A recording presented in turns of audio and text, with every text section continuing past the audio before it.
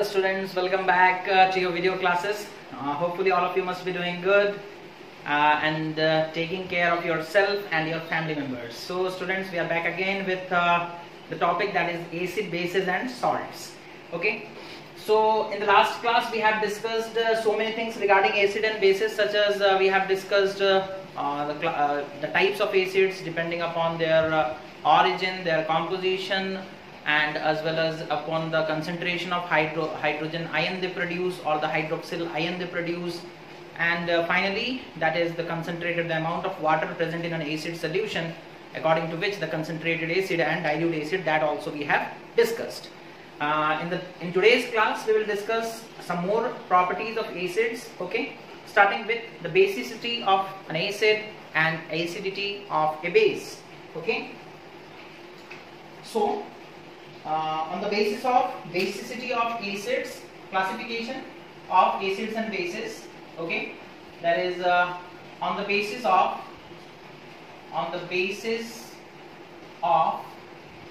basicity of an acid and acidity of a base.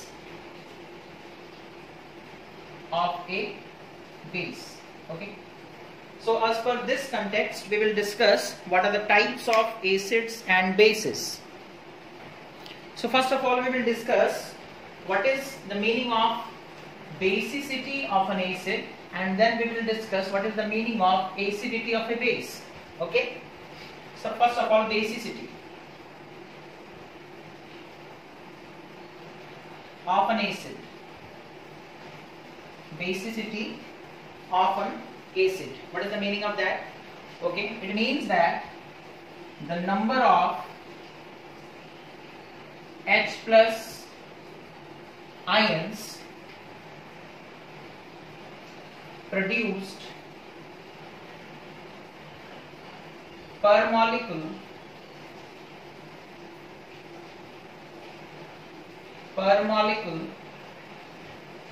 of an acid, or we can also define it as the number of hydrogen ions produced per molecule of an acid, or the number of hydroxyl ions, that is OH minus ions, okay, the number of OH minus ions with which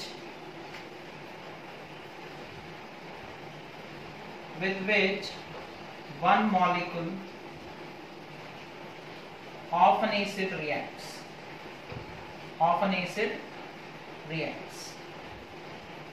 तो simple तरीके से समझते हैं बच्चों, basicity का मतलब क्या है. जैसे सपोज कर लो हम लोग एसिड कौन सा लिए, HCl का एक मॉलिक्यूल लिए. अब इसमें से हम लोगों को पता है एक H प्लस आयन बनेगा और एक Cl माइनस आयन बनेगा. तो ये एक H प्लस आयन प्रोड्यूस कर रहा है, तो इसका बेसिसिटी कितना है, 1. उसी तरीके से अगर सपोज कर लो हम HNO3 लेते हैं, ठीक है, दैट इज नाइट्रिक एसिड, और अगर इसे आयोनाइज किया जाएगा तो ये एक H प्लस आयन प्रोड्यूस करेगा और एक nitrate ion, that is NO3 minus ion. तो इसका बेसिसिटी भी कितना है बच्चों, 1. उसी तरीके से अगर हम H2SO4 लेते हैं, H2SO4, तो ये कितने हाइड्रोजन आयंस प्रोड्यूस करेगा, 2H plus plus SO4 2 minus. तो एक मॉलिक्यूल H2SO4 दो हाइड्रोजन आयंस प्रोड्यूस करता है, मतलब इसका बेसिसिटी 2 है. उसी तरीके से अगर हम लेते हैं phosphoric acid, that is H3PO4, तो यहां पर देखते हैं कि ये 3H plus plus PO4 3 minus ions produce करता है. One molecule of H3PO4 produces 3 hydrogen ions. So the basicity of H3PO4 is 3. Okay. तो जो एसिड एक आयन प्रोड्यूस करता है, जैसे HCl और HNO3, इनका एक एक मॉलिक्यूल लेंगे तो ये लोग एक एक हाइड्रोनियम हाइड्रोजन आयन प्रोड्यूस करते हैं, तो इन्हें हम लोग कहते हैं मोनो बेसिक एसिड. H2SO4 दो हाइड्रोजन आयन प्रोड्यूस कर रहा है, तो इसे हम लोग कहेंगे di basic acid, di basic acid. Okay, H3PO4 कितने आयंस प्रोड्यूस कर रहा है? 3 हाइड्रोजन आयंस प्रोड्यूस कर रहा है, तो इसे हम लोग कहेंगे try basic acid, try basic acid. और अगर आपसे कोई पूछेगा इसका बेसिसिटी कितना है, इसका बेसिसिटी कितना है ना 3, इसका बेसिसिटी कितना है, इसका बेसिसिटी कितना है ना 2। ओके, 2 के लिए डाई वाला वर्ड यूज करते हैं, है ना, di basic acid, di basic acid. Okay, तो इस तरीके से बच्चों on the basis of basicity of an acid, acids are classified as monobasic acid, dibasic acid and tribasic acid. अगर आपसे कोई पूछेगा what is the meaning of monobasic acid, then what we will say, now the acid which produces 1 hydrogen ion per molecule is known as a monobasic acid.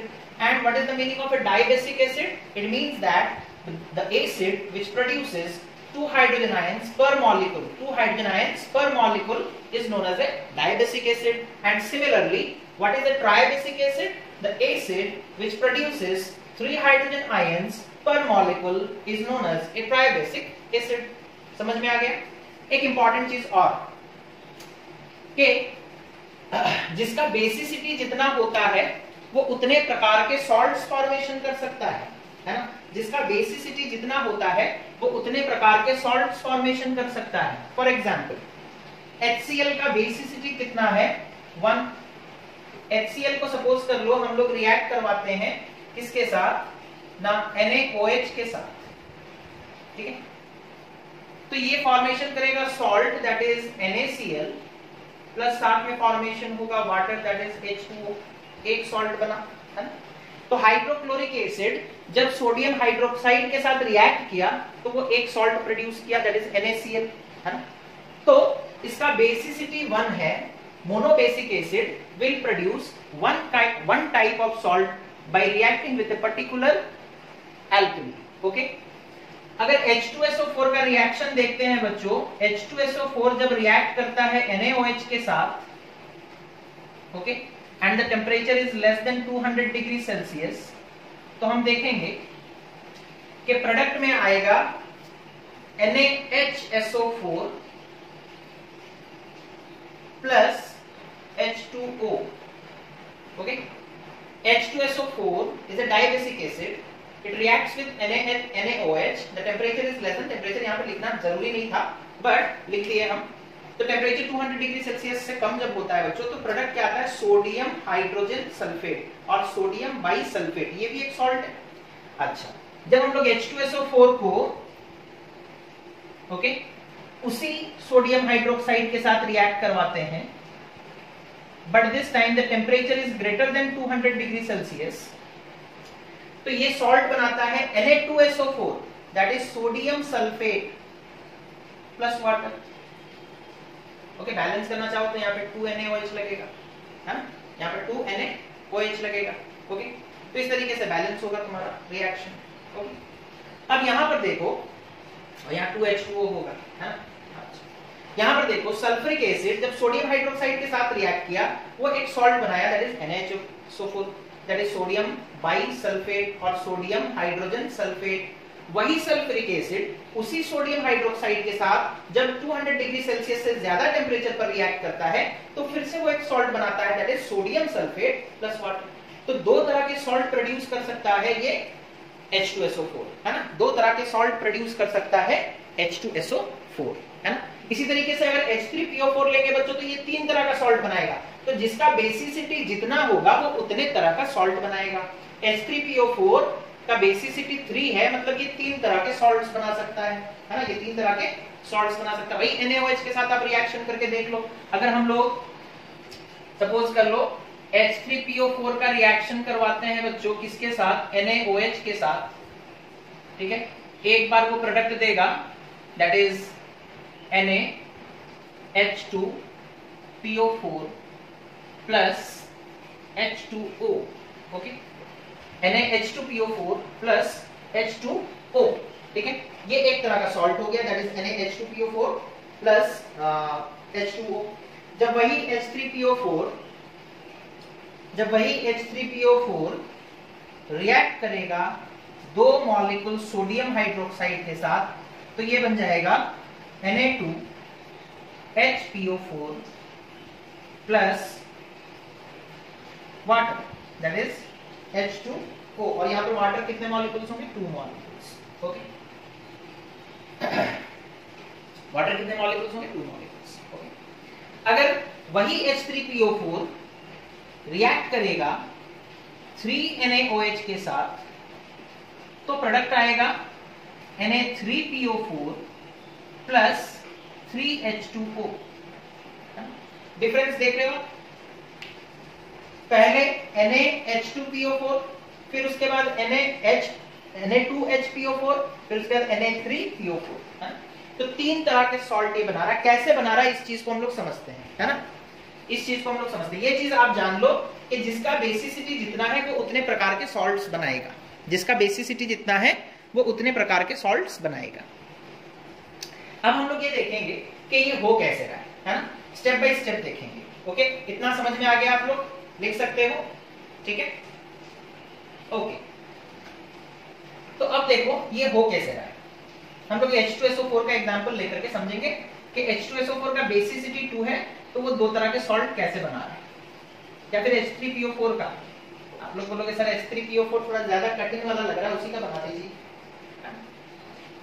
तो देखो यहाँ पर H2SO4 का हम बताएंगे इसलिए बिकॉज H2SO4 एक इंपॉर्टेंट केमिकल है और इससे जुड़े बहुत सारे रिएक्शंस हमें आगे भी पढ़ने हैं। तो H2SO4 का डिसोसिएशन हम दिखा रहे हैं आपको। H2SO4 that is sulphuric acid, ये जब डिसोसिएट होता है बच्चों, तो ये फर्स्ट स्टेज में जब डिसोसिएट होगा तो H plus HSO4 minus ions बनाएगा। इन दोनों को जोड़ दो, H2SO4 बनेगा। H plus HSO4, H that is H2, positive negative sign cancel होगा तो H2SO4। H2SO4 इस तरीके से डिसोसिएट हो सकता है।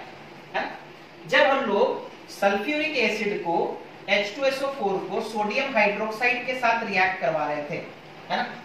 और सपोज कर लो sulphuric acid H plus HSO4, यहाँ पे फिर से लिख दे रहे हैं, H plus HSO4 minus ion में आयोनाइज हो गया, ठीक है? और NaOH बन गया Na plus and OH minus, ठीक है?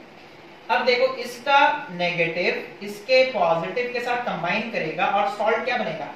NaHSO4। सॉल्ट क्या बनेगा? NaHSO4। और यहाँ पर H प्लस और OH माइनस मिलकर के वाटर का मॉलिक्यूल दैट इज H2O, है ना? तो जब H2SO4 इस तरीके से डिसोसिएट होता है कि उससे एक हाइड्रोजन का आयन निकला और बाकी दूसरा जो हाइड्रोजन है अभी भी वो सल्फेट के साथ अटैच्ड है,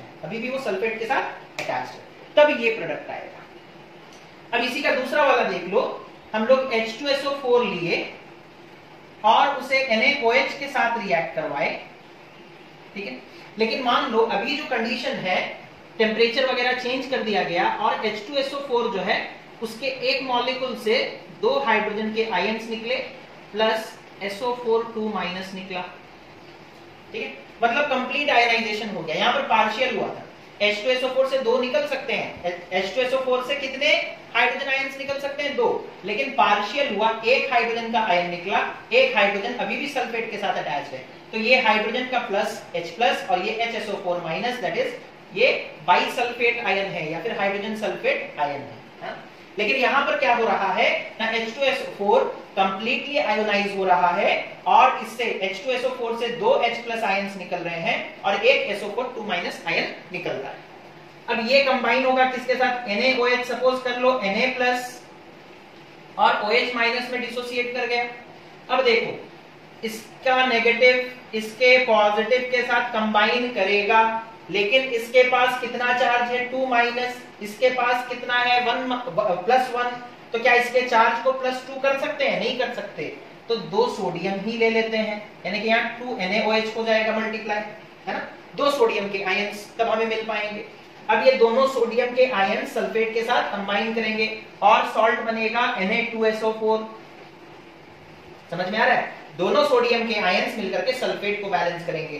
2 Na प्लस यानी कि चार्ज कितना हो गया? 2 इंटू प्लस 1 दैट इज 2, और ये चार्ज कितना है? 2 माइनस, तो 2 प्लस और 2 माइनस कैंसिल होगा और प्रोडक्ट क्या बनेगा? That is Na2SO4 plus 2H2। समझ में आ गया होगा आप लोगों को कि जिसका बेसिसिटी H2SO4 का बेसिसिटी कितना है, H2SO4 का बेसिसिटी कितना है ना 2 है, तो ये 2 टाइप्स के सॉल्ट फॉर्मेशन करेगा, 2 टाइप्स के सॉल्ट फॉर्मेशन करेगा। समझ में आ रहा है? ये 2 टाइप्स के सॉल्ट फॉर्मेशन करेगा, है ना। और बेसिसिटी कैसे निकालते हैं वो पहले ही मैंने बता दिया, है ना। उसी तरीके से देखो H3PO4 का मैं सिर्फ बता दे रहा हूं आयोनिक इक्वेशन। H3PO4 एक इस तरीके से डिसोसिएट हो सकता है बच्चों, that is H plus and plus H2PO4 minus, इस तरीके से डिसोसिएट, मतलब H3PO4 में टोटल 3 हाइड्रोजन आयंस हैं, उसमें से सिर्फ एक निकला है, बाकी 2 अभी भी फॉस्फेट के साथ लगे हुए हैं। H3PO4 इस तरीके से भी डिसोसिएट हो सकता है बच्चों, देखो दैट इज 2H प्लस यानी कि 2 निकल गए, सॉरी H3PO4 है ना। H3PO4 के पास H3 यानी कि 3 हाइड्रोजन के आयंस हैं, लेकिन 2 निकले, एक अभी भी फॉस्फेट के साथ लगा हुआ है, HPO4 2 माइनस। और H3PO4 अगर कंप्लीटली डिसोसिएट हो जाता है तो वो प्रोड्यूस करेगा 3 हाइड्रोजन आयंस प्लस फॉस्फेट का एक आयन जिसका चार्ज होगा 3 माइनस, है। तो ये है बच्चों बेसिसिटी ऑफ एन एसिड, जिसका बेसिसिटी जितना होगा वो उतने तरह के सॉल्ट्स फॉर्मेशन करेगा। समझ में आ गया? तो ये था बेसिसिटी ऑफ एन एसिड। अब हम लोग आते हैं एसिडिटी ऑफ ए बेस, इसे नोट कर ले आप लोग। Okay,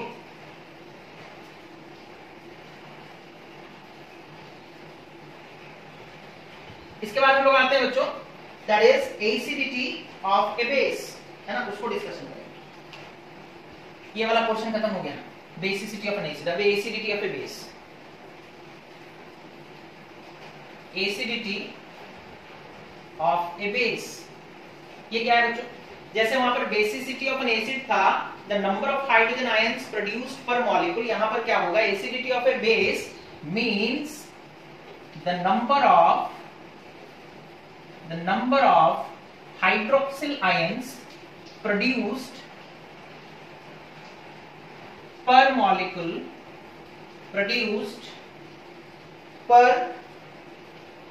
molecule of the base. Okay, acidity of a base means the number of hydroxyl ion or hydroxide ion, that is OH minus ion, produced per molecule of the base. Okay, और हम लोग इसे ऐसे भी लिख सकते हैं, और the number of hydrogen ions with which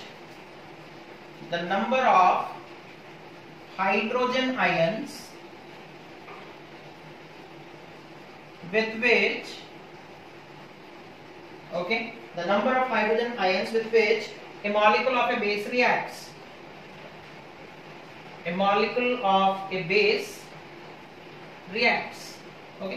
तो दोनों तरीके से लिख सकते हो, हम लोग समझेंगे इस तरीके से, ठीक है। दोनों का हालांकि मतलब सेम ही है, ओके, लेकिन जब कहने का मतलब चेंज होता है ना, दोनों का मतलब सेम ही है बच्चों, लेकिन way of saying means way of telling the same thing is different. Okay, acidity of A base को हम लोग ऐसे डिफाइन कर सकते हैं, means the number of hydroxyl ion produced पर मॉलिक्यूल। ओके, अब यहां पर देखो हम लोग कुछ एग्जांपल्स लेंगे, जैसे NaOH, सोडियम हाइड्रोक्साइड का एक मॉलिक्यूल लिए, अब इसके पास एक ही हाइड्रोक्साइड आयन है, तो ये Na plus OH minus ion produce करेगा। कितना OH माइनस आयन प्रोड्यूस कर सकता है? एक मॉलिक्यूल, पर मॉलिक्यूल एक, तो ये हो जाएगा मोनो एसिडिक बेस। समझ में आ गया? Mono acidic base.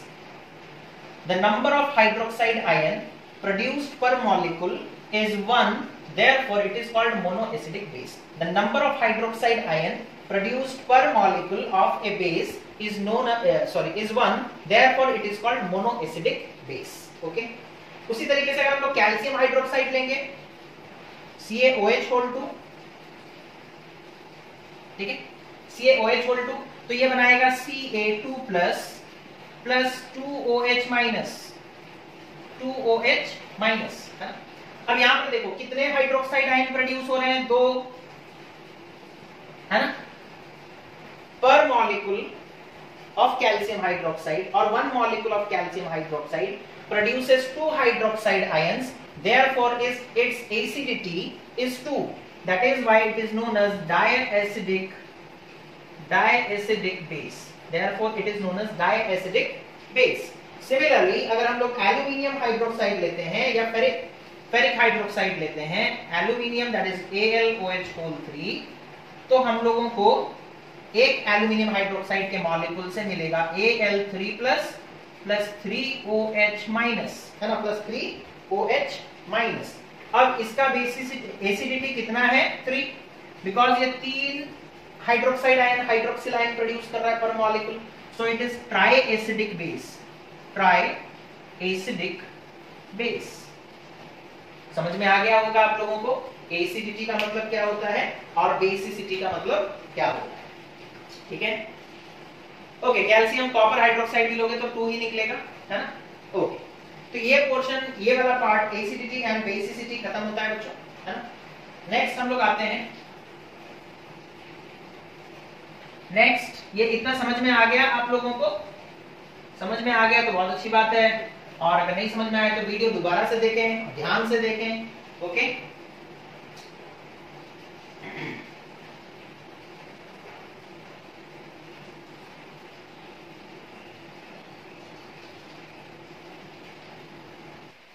ओके, उसके बाद हम लोग 2 थ्योरीज के बारे में बात करेंगे बच्चों, that is Arrhenius theory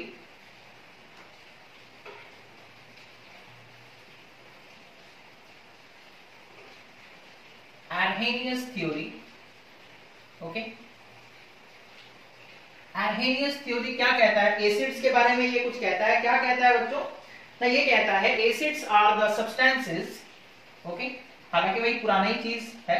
acids are those substances, acids are those substances which dissociates in its aqueous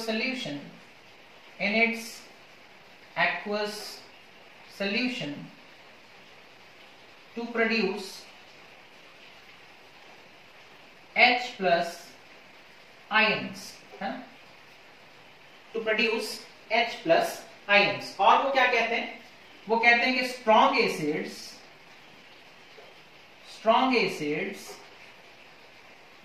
dissociates completely and weak acids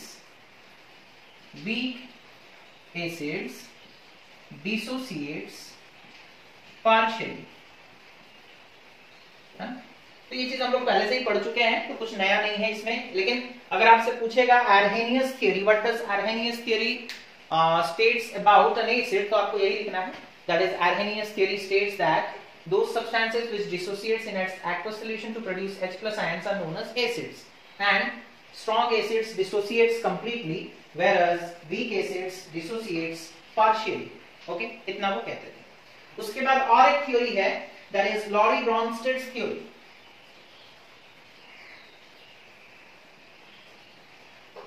Lorry-Bronsted theory, ठीक है। Lorry-Bronsted theory क्या कहता था ना? Acids are proton donors and bases are proton acceptors, ठीक है। दोनों का मतलब फिर से ही सेम है। आर्हेनियस थियरी बोल रहा है बच्चों के एसिड्स वो सब्सटेंस हैं जो H प्लस आयंस देते हैं, मतलब डोनेट करते हैं। लॉरी-ब्रॉन्स्टेड थ्योरी कह रहा है कि एसिड्स आर प्रोटॉन डोनर्स। अच्छा, H प्लस आयन और प्रोटॉन में कोई फर्क है क्या? H plus ion is nothing but A proton, ठीक है। अगर आप लोग एटॉमिक स्ट्रक्चर अच्छे से पढ़े होंगे, आपको पता होगा हाइड्रोजन का जो एटम होता है उसके न्यूक्लियस में एक प्रोटॉन होता है, न्यूट्रॉन नहीं होता है, और उसके फर्स्ट ऑर्बिट में एक इलेक्ट्रॉन होता है ना।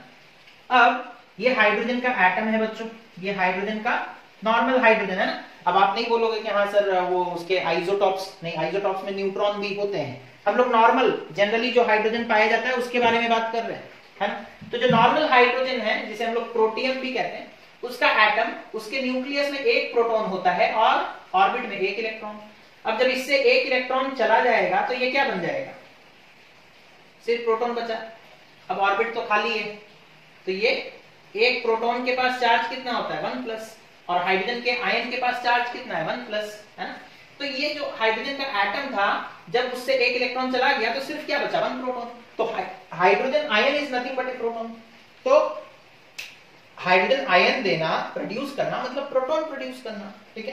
तो लॉरी ब्रॉन्स्टेड थ्योरी यही कहता है कि एसिड्स आर प्रोटॉन डोनर्स, है ना, यानी कि ये प्रोटॉन्स डोनेट करते हैं, प्रोटॉन्स देते हैं, और बेसिस आर प्रोटॉन एक्सेप्टर्स, है ना।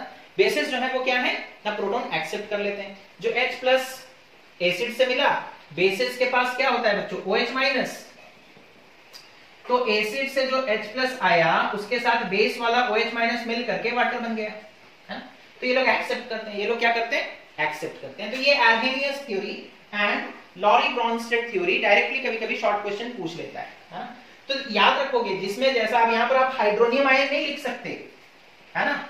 हम लोगों को पता है कि एसिड जब वाटर में डिसॉल्व होता है तो वो हाइड्रोनियम आयन बनता है, बिकॉज H+ बना, वो फिर वाटर के साथ मिला और बन गया H3O+। अल्टीमेटली तो यही होने वाला है। लेकिन क्योंकि आर्हेनियस थ्योरी में उन्होंने लिखा है H+, तो हमें भी लिखना पड़ेगा H+। स्टार्टिंग में तो H+ ही निकलता है, वो वाटर के साथ कंबाइन करके H3O+ बनता है। Ultimately result will be H3O+, but initially acid से निकला क्या H+, है ना। तो उस चीज को वो लिखे हैं, तो आपको भी H+ ही लिखना है, H3O+ नहीं लिखना है। समझ में आ गया। ये है Arrhenius theory and Lowry Bronsted theory, okay. उसके बाद जो टॉपिक है बच्चों वो हम लोग पहले भी पढ़ चुके हैं, that is formation of hydronium ion and formation of hydroxide ion और hydroxyl ion. Formation of hydronium ion and hydroxyl ion, that is hydronium मतलब H3O+ आयन एंड हाइड्रोक्सिल मतलब OH- आयन। तो ये टॉपिक हम लोग पढ़े थे कहां, केमिकल बॉन्डिंग में, है ना। केमिकल बॉन्डिंग में जब हम लोग कोऑर्डिनेट बॉन्ड्स के बारे में पढ़ रहे थे तब हम लोग पढ़े थे H3O+ आयन कैसे बनता है एंड OH- आयन कैसे बनता है, ठीक है। तो वहां पर आप लोग देख सकते हैं कैसे इनका प्रोडक्शन हुआ था। हम हाइड्रोनियम आयन का बस एक बार आप लोगों को बता देते हैं। जैसे सपोज कर लो हमारे पास वाटर है, हम सपोज HCl उसमें डाल दिए। वाटर देखो, वाटर को हम लोग इस तरीके से लिखते हैं। वाटर का स्ट्रक्चर कैसा होता है ना, H, बीच में होता है ऑक्सीजन, और इधर एक हाइड्रोजन, इधर एक बॉन्ड, इधर एक बॉन्ड, और ऑक्सीजन के 2 लोन पेयर इलेक्ट्रॉन्स होते हैं, है ना, ऊपर में और नीचे में, ऊपर में एक पेयर, नीचे में एक पेयर। अब HCl जब डिसोसिएट होता है बच्चों तो H+ Cl- बनता है। अब हाइड्रोक्लोरिक एसिड से H+ निकला, वो H+ वाटर के पास आया, है ना। अब वाटर के पास जब वो H+ पहुंचेगा बच्चों, H+ आ गया एसिड से निकलकर वाटर के पास। अब ऑक्सीजन अपने इस लोन पेयर इलेक्ट्रॉन को शेयर कर लेता है किसके साथ ना, हाइड्रोजन आयन के साथ, है ना। तो यहाँ पर एक कोऑर्डिनेट बॉन्ड बनता है और अल्टीमेटली हम लोगों को क्या मिलता है H3O+। तो डिटेल में अगर आप लोगों को फिर से देखना है तो आप लोग केमिकल बॉन्डिंग का वो पर्टिकुलर टॉपिक देख सकते हैं, है ना, that is formation of hydronium ion and hydroxyl ion. Okay fine, ठीक है।